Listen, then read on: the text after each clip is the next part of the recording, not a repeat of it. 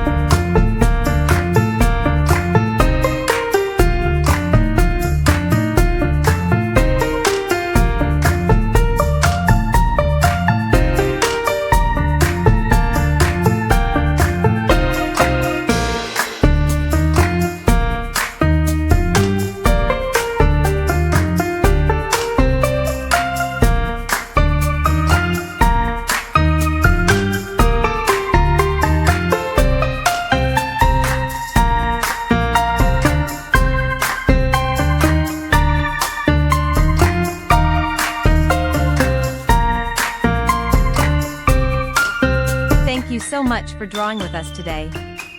If you enjoyed this tutorial, please give us a big thumbs up, leave a comment below with what you'd like to draw next, and don't forget to subscribe to our channel for more fun art lessons.